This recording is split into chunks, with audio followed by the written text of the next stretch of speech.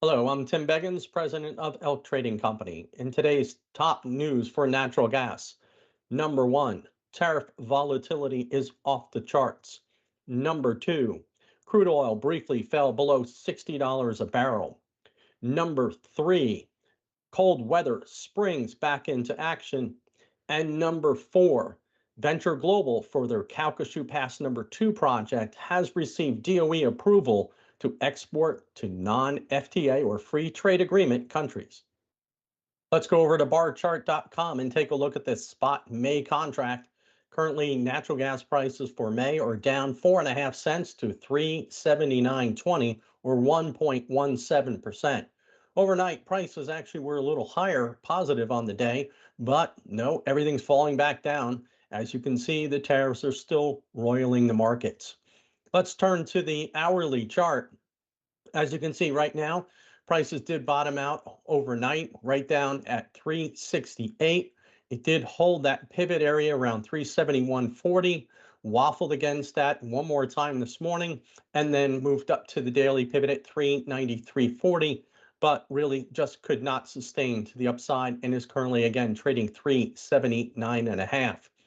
Let's take a look at the front to back spreads here on tradingview.com. This is the January versus May contract. The green bar above the chart here at the top is where the break even would be for this spread. As you can see, prices right now currently trading for the spread around $1.28.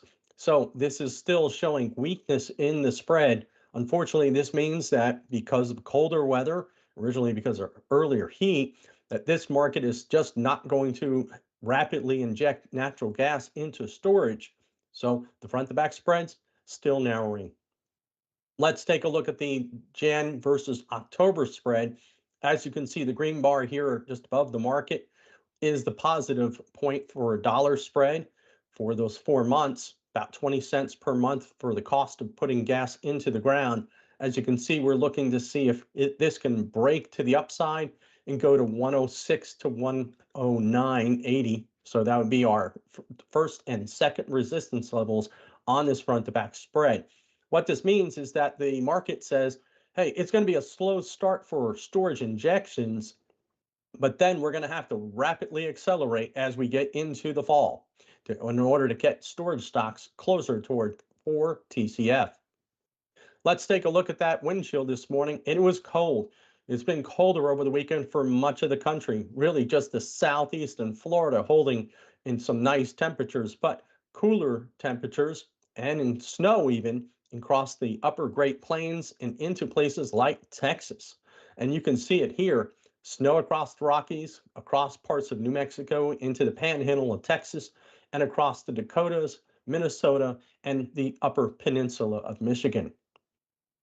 Look at the 8 to 14-day temperature outlook, though. It's warm. It's much above, at least for the Southwest, as we've talked about the drought continuing there, and that will continue to push above normal temperatures for the Southwest region as a whole.